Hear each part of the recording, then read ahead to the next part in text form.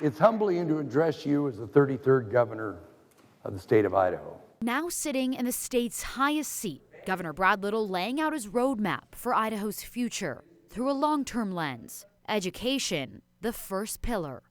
He's proposing doubling literacy program funding, a new education task force, and ramping up teacher recruitment. In addition to supporting the next phase of the teacher salary increases, my budget recommendation fulfills my promise to raise starting teacher pay to $40,000 a year.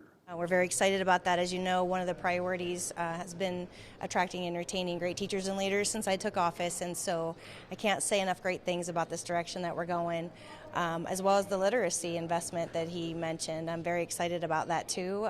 You know, our students need to be on grade level by third grade. Governor Little's words are encouraging, but it will take real action from our leaders to turn the corner.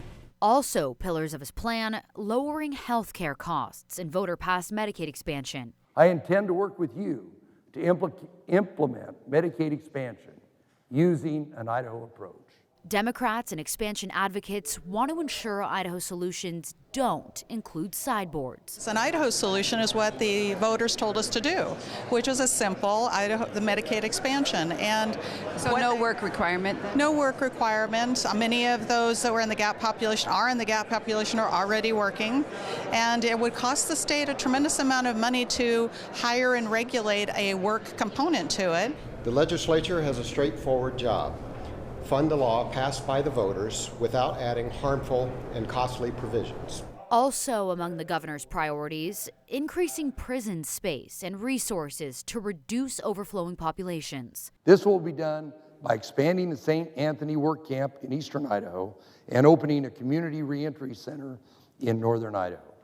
Former offenders cannot be successful after reentry and on parole if we don't have the necessary bed space and program, such as drug courts, to halt the revolving door. Speaker of the House Scott Bedke says Republicans are happy with the fiscal responsibility undertone.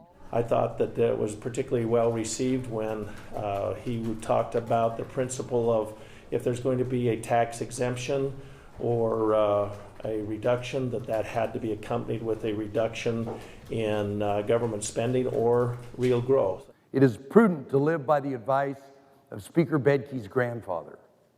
It won't be the bad years that put you out of business. It's what you did in the good years that sets you up for failure or success. Did I get that right? We'll see.